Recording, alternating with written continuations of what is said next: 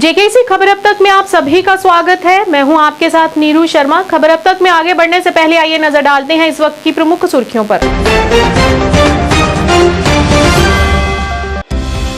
कुपवाड़ा के माछिल सेक्टर में घुसपैठ की कोशिश नाकाम, 2 आतंकवादी ढेर।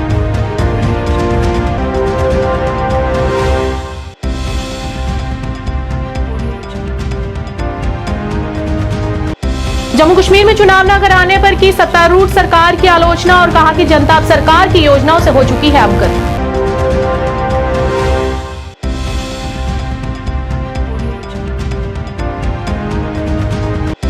Jammu Kashmir non gazetted electrical employees association ने की श्रीनगर में पत्रकार वार्ता, किया कई मुद्दों को उजागर।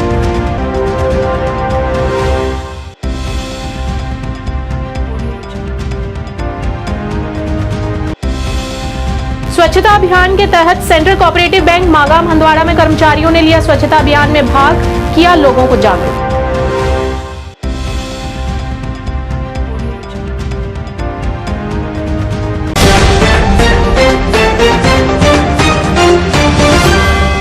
अब समाचार विस्तार से। उत्तरी कश्मीर के कुपवाड़ा में सुरक्षा बलों ने सीमा पार से की जा रही घुसपैठ की कोशिश को नाकाम कर दिया है।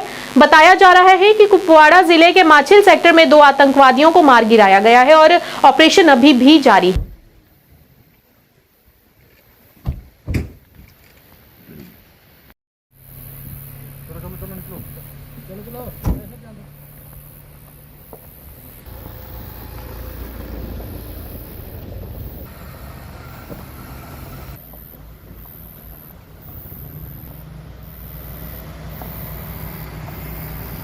पीडीपी के वरिष्ठ नेता रऊफ भट्ट ने जम्मू कश्मीर में चुनाव न कराने के लिए सत्तारूढ़ सरकार की आलोचना करते हुए कहा कि उनका व्यवहार जम्मू कश्मीर के लोगों की भावनाओं को आहत करना है। उन्होंने कहा कि सरकार कभी कभी दावा करती है कि स्थिति अनुकूल नहीं है और कभी कभी उनकी सुविधा अनुसार स्थिति सामान्य भी हो जाती है। उन्होंने कहा कि जनता सरकार की योजना और नीतियों से अवगत हो चुकी है और साथ ही उन्होंने 3 अक्टूबर को जम्मू में होने वाली सर्वदलीय बैठक का भी स्वागत किया। देखिए, इनके कोलोफेल में तजाद है, कभी सिक्योरिटी को आड़े लाना, कभी किसी और चीज़ को कहना, इनके कोलोफेल में तजाद है।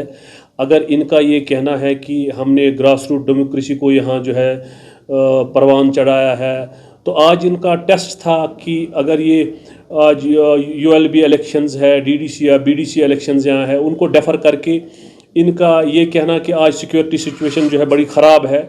इनका ही तो ये दावा था कि यहाँ सिक्योरिटी बड़ी इम्प्रूव हुई है, सब कुछ ठीक हुआ है। तो अगर ये सारा कुछ यहाँ ठीक हुआ है तो आज सिर्फ इसलिए कि इनकी सेंस ऑफ डिफीट जो है, इन्होंने माना है कि हमने यहाँ हारा है और इनको जम्मू से भी लोगों ने खदेड़ दिया है, तो ये इन्होंने एक डिफीट को माना है कि यहाँ इनके लिए कोई जगह नहीं है जम्मू कश्मीर में। यही वजह है कि आज ये कभी सिक्योरिटी का बहाना करके, कभी और चीज़ का बहाना करके ये इलेक्शन से भाग रहे हैं। कि ये एक खुशाइन कदम है। ज़रूरत है कि जो फाशिस्ट रजीम जो है, जो पूरे मुल्क में मुसल्लत हुई है, इसको अगर डिफीट करना है तो हम सबको यूनाइट होना चाहिए। और अगर यहाँ ऑल पार्टी मीटिंग हो रही है कि उनको भी हमारे साथ ज़्यादतियाँ जुल्म जो हो रहे हैं और जो हमारे हुकूक जो है, जो जिनको शब खून मारा जा रहा है, तो इनको भी इस चीज़ का एहसास होगा कि जम्मू कश्मीर के साथ क्या हो रहा है। और आहिस्ता आहिस्ता ये पूरे मुल्क में सारा कुछ जो हमारे साथ हो रहा है, अब वो सारे मुल्क के लोगों के साथ हो रहा है। Jammu Kashmir non gazetted electrical employees association द्वारा श्रीनगर में पत्रकार वार्ता का आयोजन किया गया। इस मौके पर इलेक्ट्रिसिटी फेडरेशन ऑफ इंडिया के उपाध्यक्ष सुभाष लांबा और एसोसिएशन के अध्यक्ष अब्दुल रशीद नजर सहित अन्य कर्मचारी भी उपस्थित रहे। इस अवसर पर उन्होंने प्रशासन से अपनी मांगों को पूरा करने की गुहार लगाते हुए कहा कि इलेक्ट्रिसिटी अमेंडमेंट बिल 2022 का अनुमोदन करते हैं और साथ ही साथ उन्होंने पीडीडी विभाग के सभी टीडीएल, पीडीएल का नियमितीकरण, पीडीडी के एसआरओ 149 और 381 का कार्यान्वयन, पीडीडी के सभी कर्मचारियों और श्रमिकों के लिए जोखिम भत्ते की मांग और पीडीडी के सभी नॉन गेजेटेड एम्प्लॉयज और श्रमिकों के लिए डीपीसीएस का संचालन करने की मांग की। कॉन्ट्रैक्ट पर एम्प्लॉयज ना हो, एक मुफ्त पॉलिसी बनाए सरकारें और उनको रेगुलर करें। बावजूद इसके 20-20 साल से जम्मू कश्मीर के अंदर डेली बेसिस पे कर्मचारी काम कर रहे हैं और ये इलेक्ट्रिकल डिपार्टमेंट है और यहाँ मतलब ये स्थिति है, वेतन समय पर नहीं मिल रहा। मतलब वेतन बढ़ोतरी की तो बात दूर की बात है, लेकिन जो है वो समय पर नहीं मिलता। प्रमोशन जो है ना वो नहीं हो रही है। तो यहाँ जो दिक्कतें हमारी हैं, और इसके साथ साथ जो बड़ा मसला हमारे सामने यहाँ खड़ा हुआ है, डेमोक्रेटिक और ट्रेड यूनियन राइट्स के ऊपर लगातार हमले हो रहे हैं। हमारे मुलाजिम को तनख्वाह नहीं मिलेगी, लेकिन वो कह नहीं सकता कि मुझे तनख्वाह नहीं मिल रही। तो ये जो एटमॉस्फेयर यहाँ बना हुआ है, वैसे तो हम दिल्ली में सुन रहे हैं कि जम्मू कश्मीर में अब पूरी तरीके से डेमोक्रेटिक ट्रेड यूनियन राइट्स हो रहे हैं और कोई दिक्कत नहीं है, लेकिन यहाँ आन करके ज़मीनी हकीकत में पता चलता है कि यहाँ कोई भी कर्मचारी मजदूर अपनी बात नहीं कह सकता। दूसरा, हम यहाँ चर्चा भी हमने की है कि केंद्र की सरकार बिजली संशोधन बिल 2022 इसको पास करने पर आमादा है, और अगर ये बिजली बिल पास होगा तो निश्चित तौर से डिस्ट्रीब्यूशन जो है उसका भी प्राइवेटाइजेशन हो जाएगा, और वो इतनी बर्बाद नहीं है कि भाई वो प्राइवेट हो जाएगा। इस पे कंज्यूमर के ऊपर काफ़ी प्रभाव पड़ेगा, सब्सिडीज क्रॉस सब्सिडी खत्म होगी, टैरिफ बढ़ेगा और गरीब की पहुंच से बिजली बाहर हो जाएगी। उससे पहले ही जैसे ये स्मार्ट प्रीपेड मीटर लगाए जा रहे हैं, हमें जानकारी मिली है कि यहाँ जम्मू कश्मीर में भी ये मीटर लगाए जा रहे हैं। तो ये मीटर लगाने का मतलब क्या है कि गरीब और किसान की पहुंच से बिजली बाहर हो जाएगी। अगर जो टैरिफ है, किसान है जैसे, अगर उसका बिल 10-10 हज़ार रुपये का आएगा तो वो निश्चित तौर से भर नहीं पाएगा। तो ये जो कर रही है सरकार, ये निश्चित तौर से पूंजीपतियों को फ़ायदा पहुंचाने के लिए सारी की सारी पॉलिसी लागू कर रही है। और अब तो इससे आगे चल कर के भी अगर हम बिल्कुल सरल भाषा में बताएं कि टैरिफ में भी अमूलचूल परिवर्तन हो रहा है। सुबह का टैरिफ अलग होगा, शाम का टैरिफ अलग होगा। ये कहने के लिए बहुत अच्छी बात है कि भाई अच्छी बात है कि भाई टैरिफ अलग अलग हो, लेकिन वो टैरिफ क्या होगा ये जानकारी नहीं है। 100 रुपये पर यूनिट की डिमांड थी, 50 रुपये पर यूनिट की सैंक्शन हुई है। और अगर 50 रुपये per unit peak load our में 6 से 10 बजे बिजली का टैरिफ लग जाएगा तो कितने लोग बिजली जला पाएंगे, ये हमारे सामने एक दिक्कत है। तो इसलिए जिस प्रकार से केंद्र की सरकार नव उदारीकरण की नीतियों को तेजी से लागू करते हुए सारे पब्लिक सेक्टर को प्राइवेट हाथों में देने की बात कर रही है, इसकी खिलाफत में यहाँ रेजुलेशन पास किया गया है और पूरे देश का बिजली का कर्मचारी, इंजीनियर सब मिल करके इस पावर सेक्टर को बचाने के लिए, क्योंकि ये पावर सेक्टर केवल एम्प्लॉयज़ की हमारी डिमांड नहीं है, जनता की डिमांड भी है। अगर बिजली सेक्टर रहेगा सरकारी क्षेत्र में तो मदर ऑफ इंडस्ट्री है बिजली, तो ये पूरे इंडस्ट्री का विकास होगा, एग्रीकल्चर का विकास होगा। लेकिन केंद्र सरकार को पूंजीपतियों को फायदा पहुंचाने के लिए इसको प्राइवेट हाथों में देने का प्रयास कर रही है। निश्चित तौर से पूरे देश में बिजली कर्मचारी। Baramulla central cooperative bank Magam Handwara के कर्मचारियों ने मागम क्षेत्र में स्वच्छता अभियान के तहत स्वयं सड़कों पर साफ सफाई की। उन्होंने स्थानीय आबादी की सुरक्षा और कल्याण को प्राथमिकता देते हुए बाजार क्षेत्र में और उसके आसपास कचरा साफ किया। विशेष रूप से इस अभियान में सम्मानित पीआरआई सदस्यों की सक्रिय भागीदारी देखी गई, जिसमें बीडीसी के मोहम्मद शफी साहब और परवेज अहमद वागे शाखा प्रमुख मगम कोऑपरेटिव बैंक के साथ साथ बड़े पैमाने पर समुदाय भी शामिल रहा। इस दौरान प्रतिष्ठित सामाजिक और शांति कार्यकर्ता शेख जमशीद ने भी सभी की भलाई और सुरक्षा के लिए उचित स्वच्छता और स्वच्छता के महत्व पर जोर देते हुए इस उद्देश्य को अपना समर्थन दिया। एक तो बैंक की सफाई की और इसमें इसके इर्द गिर्द भी जो यहाँ मार्केट्स आते हैं इसमें भी थोड़ा हमने सफाई की है, ताकि लोगों को ये नोशन मिले कि सफाई करनी चाहिए और सफाई ये तो अच्छा स्टेप है। इससे दूसरे को ये अक्स मिलता है कि नहीं, अगर मैं जहाँ बैठूँ साफ सुथरा तरीके से बैठूँ तो इससे एक सोसाइटी में एक अच्छी मैसेज आती है। सफाई में यहाँ तो जितने भी लोकल्स हैं, खासकर बीडीसी साहब और ये जो यहाँ सरपंच साहब थे और जियासत लोग थे, औकाफ कमेटी थी यहाँ हाजी शरीफ की, और यहाँ नौजवान तबका था और ये बहुत सारे दुकानदार भी थे यहाँ, बिजनेस मैन थे, तो मुख्तलिफ तबका फिक्र के लोग थे यहाँ और अच्छी तरह से हमने अंजाम दिया है। आज एसएचटी स्कूल सुनकोट में प्रधानमंत्री द्वारा शुरू किए गए स्वच्छ भारत अभियान के तहत आम जनता में जागरूकता लाने के लिए और राष्ट्रपिता महात्मा गांधी को श्रद्धांजलि अर्पित करने हेतु एक रैली का आयोजन किया गया। इस मौके पर स्कूल के छात्रों ने सड़कों पर साफ सफाई की और स्वच्छता हेतु नारे भी लगाए और अपने राष्ट्र को साफ सुथरा रखने के लिए लोगों को जागरूक भी किया।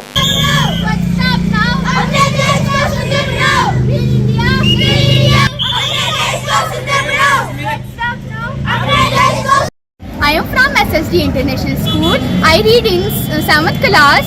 हमारा ये मुद्दा है, हमने इन्वायरमेंट को साफ करना, हमारे जो भी हमारे इर्द गिर्द है इसको साफ करना हमारी रिस्पॉन्सिबिलिटी है। Thank you.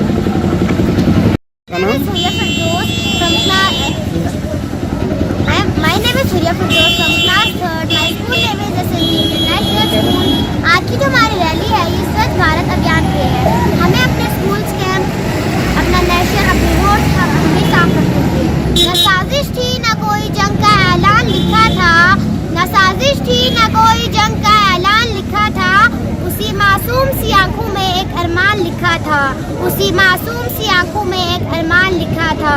जिसे आतंकवादी कह के गोली मार दी तुमने, जिसे आतंकवादी कह के गोली मार दी तुमने, उसी मासूम से सीने में हिंदुस्तान लिखा था, उसी मासूम के सीने में हिंदुस्तान लिखा था। Thank you. Vice Principal Hashim Middle School. Today the rally was organized to make the awareness, to increase the awareness among the people, so that our country should be clean and it should be beautiful. That is why these children have come out to aware the people about the Swachh Bharat Abhiyan that was initiated by Prime Minister Modi ji, so that our nation should be clean and green. Thank you. Anantnag जिले के पाची बाग बीजबिहाड़ा में बना foot bridge अभी भी पूरा होने का इंतजार कर रहा है। हमारे संवाददाता से मिली जानकारी के अनुसार कम से कम सभी काम पूरे हो चुके हैं, लेकिन कुछ छोटे छोटे काम अभी भी अधूरे हैं या यूं कहें कि जानबूझकर छोड़ दिए गए हैं। इस दौरान स्थानीय लोगों ने एलजी प्रशासन से मामले में हस्तक्षेप कर इसके समाधान के लिए इसकी अपील की।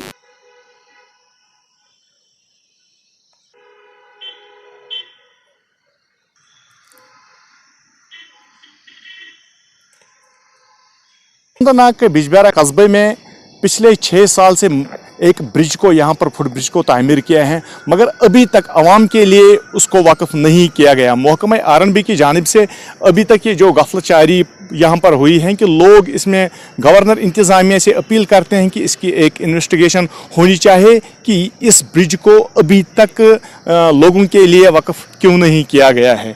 JKAC के लिए मैं अनंतनाग से जुल्फी मसूद।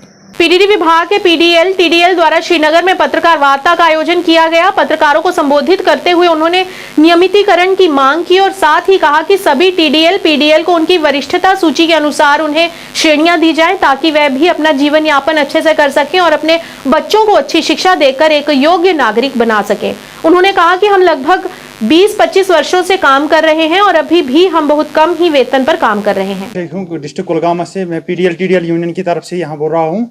2019 में हमारी डीपीसी हुई है, 2019 जनवरी में, अभी तक वो इम्प्लीमेंट नहीं हुई है, जो कि जो सीनियरिटी हमारी कई डिस्ट्रिक्टों में हो रही है। अभी तक हमारी जो सर्कल ऑफिस बिजबिहाड़ा में वहाँ तक सीनियरिटी लिस्ट अभी तक मंजर आम नहीं आई है। 12,000 हम डेली वेजर है, 3,000 पहले ही ओवरेज है, 60 पे पहुंचे हैं। हमारा सीनियरिटी हमारा रेगुलेशन कब हो जाएगी? जब हम 12,000 के 12,000 रिटायर हो जाएंगे तब हमारी रेलवेजर, तब हम रेगुलराइजेशन हमारी मंजर आम पे आ जाएगी। हम गवर्नमेंट से इस्तिजा करते हैं कि हमारी सीनियरिटी और हमारी रेगुलराइजेशन जल्द अज जल्द वागुजार किया जाए ताकि हम भी अपनी जिंदगी सड़कों पे आ रहे हैं। हमारी प्रेस कॉन्फ्रेंस हमारे यहाँ श्रीनगर में भी हुई, प्रेस कॉलोनी में भी हुई, अनंतनाग में भी हुई, कुलगाम में भी हमने प्रेस कॉन्फ्रेंस की। बार बार हम प्रेस कॉन्फ्रेंस करें। गवर्नमेंट को हम आपकी वजह, मीडिया की वजह से उनको हम इस बात से जानकारी देते हैं कि हमें 20-20, 25-25 सालों से हम डेलीवेजरी है। क्या हम डेलीवेजरी अपनी ज़िंदगी गुजारेंगे? क्या हमारे पास कोई पॉलिसी नहीं है?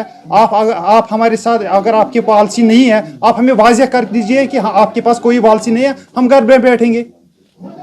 इसलिए हम गवर्नमेंट से इस जगह कि हमारे मसला, हमारे मुस्तकबिल के बारे में सोचिए, मेहरबानी करके, वो इनकी मेहरबानी होगी। बार सड़कों पे आते हैं, हम बार बार इनको कहते हैं 25-20 हज़ार से हम इनको हम ये जानना चाहते हैं कि हमारी रेगुलेशन पॉलिसी वाज़ेह की है और भी कम से कम मिनिमम वेजेस अगर दिल्ली में 24,000 डेली वेज को यहाँ क्यों नहीं दे रहे हैं?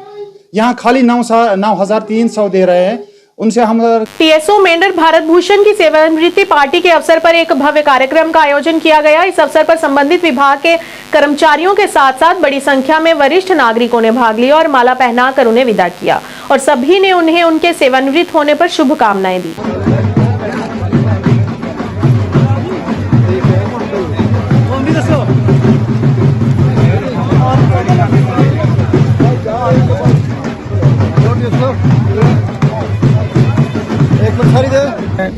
36 साल सर्विस करके यहाँ से सर्विस होके जा रहा हूँ घर में, और अपने 36 साल की इस सर्विस में मैंने बढ़ चढ़ के काम किया, गरीब की मदद की, किसी को किसी की परेशानी नहीं आने दी।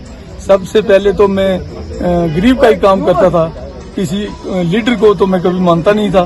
तो 36 साल मैंने यही सेवा की है और आज मैं घर में जा रहा हूँ। ऑल अलायंस डेमोक्रेटिक पार्टी के वरिष्ठ नेता मोहम्मद इजाज ने श्रीनगर में पत्रकारों से बात करते हुए कहा कि जम्मू कश्मीर के लोग पिछले 5 वर्षों से चुनाव होने का इंतजार कर रहे हैं, लेकिन ये बहुत दुर्भाग्यपूर्ण है कि प्रशासन ऐसा कुछ होने नहीं दे रही। एक तरफ तो डीजीपी कह रहे हैं कि स्थिति अनुकूल है और दूसरी तरफ वे ये संदर्भ दे रहे हैं कि स्थिति चुनाव के लिए उपयुक्त नहीं है। पहली बात मैं ये बोलूँगा कि जम्मू कश्मीर के जो लोग हैं पिछले 5 साल से तरस रहे हैं अपनी अवामी नुमाइंदगी करने के लिए। On the floor of parliament home minister साहब ने 5 अगस्त 2019 को ये कहा था कि we will just let the people of Jammu Kashmir exercise their basic duty, जो कि फंडामेंटल राइट है, that is vote, right to vote, जो कि 5 साल से पिछले हर एक जम्मू का बाशिंदा, हर एक कश्मीर का बाशिंदा तरस रहा है कि वो अपनी अवामी नुमाइंदे चुने ताकि उनके जो दीरीना मसाइल है, चाहे वो एडमिनिस्ट्रेटिव लेवल पे हो, चाहे वो डेवलपमेंटल लेवल पे हो, चाहे वो अनएम्प्लॉयमेंट के लेवल पे हो या किसी और लेवल पे, वो हल हो जाए। लेकिन कोई सुध बुध लेने वाला नहीं है। इलेक्शन कमीशन बॉल फेंकती है एजेंसीज़ के कोर्ट में कि सिक्योरिटी यहाँ पे ठीक नहीं है। सिक्योरिटी ग्रिड कहता है G20 करते हैं, वो कहते हैं सिक्योरिटी बिल्कुल ठीक है, करोड़ों टूरिस्ट्स कश्मीर आ गए हैं। जम्मू वाले कहते हैं कि जम्मू क्यों सफ़र करे on behest of Kashmir. So there is a hotch potch going on since 2019। All party meetings बुलाई जा रही है, वो चाय पी रहे हैं और ये बता रहे हैं कि हम फर्दर मोर कैसे अपनी पार्टियों को लोगों से जोड़े, बट ऑफ नो यूज़। मैं कहता हूँ जो रूलिंग गवर्नमेंट है, they should exercise and they should take a note and strict action उन एजेंसीज के खिलाफ उठानी चाहिए जो ये कहती है कि एक तरफ से G20 का सम्मेलन कश्मीर में किया जा रहा है और दूसरे साइड से सिक्योरिटी ग्रिड में ये इन्फॉर्मेशन दी जा रही है कि यहाँ पे नासाजगार हालात है और जिसकी वजह से इलेक्शन मौखर किए जाए। DGP हमारे Dilbagh Singh ji on screen, on national media and local media ये कहते हैं कि हालात बिल्कुल कंडीसिव है हर कोई इलेक्शन कराने के लिए, but on other hand election commission of India is not giving no to the elections. So एक आम लोग असमंजस में है, हमें करना है तो करना क्या है। उनकी जो दीरीना मसाइल है, यहाँ की बिजली की हालत देख लीजिए, अभी तो मौसम सरमा नहीं आया है, चाहे वो कमर्शियल कनेक्शंस हो चाहे वो रेजिडेंशियल कनेक्शंस हो, गुप अंधेरे में बैठे हुए हैं पूरे श्रीनगर और पूरे कश्मीर के 10 डिस्ट्रिक्ट्स में। जम्मू के लोग रो रहे हैं, एम्प्लॉयमेंट नहीं है जी, वहाँ पे स्मार्ट मीटर्स लगाए जा रहे हैं, हर रोज़ वहाँ के सड़कों पे प्रोटेस्ट हो रहे हैं प्रेजेंट गवर्नमेंट रजीम के ख़िलाफ़। वहाँ पे प्ले कार्ड्स, जो स्मार्ट कार्ड्स जिसे हाउस नंबर जिससे वो स्कैन करके पूरी हाउस होल्ड के मैं कहूँगा कि इंफॉर्मेशन देते हैं। हर कोई जम्मू कश्मीर में इस वक्त रो रहा है कि हमें अवामी नुमाइंदगी का एक हक दिया जाए, और जो कि पिछले 5 साल से, मैं कहूँगा पिछले 9 साल से छीना गया है जम्मू और कश्मीर के लोगों के लिए। It's a constitutional right, it's the we can say fundamental right, और यहाँ के सिटीजन्स के हकूक़ बहाल किया जाए। JK all alliance democratic party ये पुरजोर इस मसले पे ध्यान दिलाना चाहती है प्रेजेंट रजीम को, होम मिनिस्टर साहब को और प्राइम मिनिस्टर को भी। खबर अब तक के आज के इस अंक में इतना ही। नया अंक लेकर फिर हाजिर होंगे, तब तक के लिए दीजिए इजाजत। नमस्कार।